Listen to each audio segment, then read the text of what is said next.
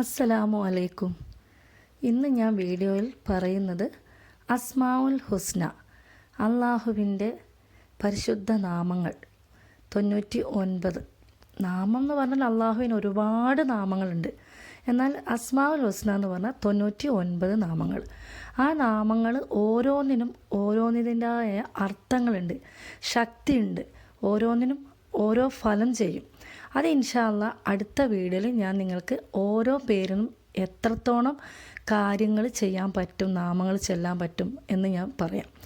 ഇപ്പോൾ ഞാനിത് അസ്മാഉൽ ഹുസ്നയെ പറ്റി പറയുന്നത് എന്താ വെച്ചാൽ, വീടുകളിൽ ഇത് നമ്മൾ വലിയവരാവട്ടെ കുട്ടികളാവട്ടെ നിർബന്ധമായിട്ടും മനഃപ്പാഠമാക്കി വെക്കണം. മനഃപ്പാഠമാക്കുക എന്ന് പറഞ്ഞാൽ ഇത് മനഃപ്പാഠമാക്കിയതുകൊണ്ടുള്ള ഗുണമാണ് ഞാൻ പറഞ്ഞു വരുന്നത്. അതായത് നമുക്ക് സ്വർഗം ഉറപ്പാണ്. ഇത് മനഃപ്പാഠമാക്കിയ ആളുകൾ ഒരിക്കലും നരകത്തിലേക്ക് പ്രവേശിക്കില്ല. അപ്പം സ്വർഗം എന്ന് പറയുന്നത് നമ്മളെല്ലാവരും ആഗ്രഹിക്കുന്ന ഒരു കാര്യം അല്ലേ. അപ്പം നമ്മളും പഠിക്കാത്തവരെ വലിയ ആളുകളും പഠിച്ചിരിക്കണം, കുട്ടികളും പഠിച്ചിരിക്കണം. കാരണം അസ്മാഉൽ ഹുസ്ന മനഃപ്പാഠമാക്കിയവർക്ക് സ്വർഗം ഉറപ്പാണ് എന്ന് ഹദീസിൽ മുത്ത് റസൂൽ സല്ലല്ലാഹു അലൈഹി വസല്ലമ ഉറപ്പിച്ച് പറഞ്ഞൊരു കാര്യമാണത്. അപ്പോൾ നമ്മൾ ആദ്യം അസ്മാഉൽ ഹുസ്ന മനഃപ്പാഠമാക്കുക, കഴിയുന്നത്ര അത് ചൊല്ലാനും തുടങ്ങുക.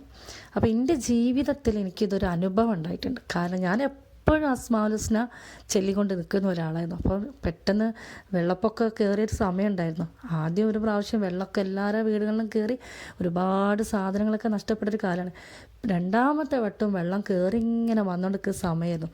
അപ്പോൾ ഇങ്ങനെ സ്റ്റെപ്പ് വരെ എത്തിയപ്പോൾ എനിക്ക് വല്ലാതെ സങ്കടം. കാരണം വീട്ടിൻ്റെ അകത്തേക്ക് വെള്ളം കയറിയാലുള്ള അവസ്ഥ ആലോചിച്ചിട്ട് ഒരുപാട് നമുക്ക് നഷ്ടങ്ങളല്ല.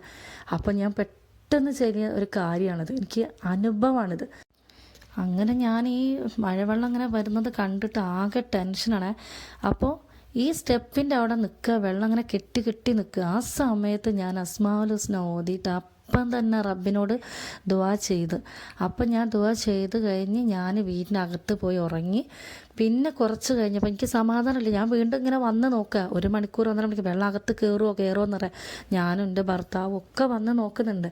പക്ഷേങ്കിലും കൂടി ഒരു തുള്ളി വെള്ളം പോലും വീടിൻ്റെ അകത്തേക്ക് കയറിയിട്ടില്ല എന്ന് വേണം പറയാൻ. അപ്പോൾ എൻ്റെ പ്രാർത്ഥന പടച്ചോൻ കേട്ട്.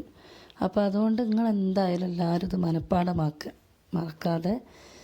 ഇൻഷാ അല്ലാ എല്ലാവർക്കും നല്ല ഹയർ ഉള്ളൊരു ജീവിതം അല്ലാഹ് നൽകട്ടെ.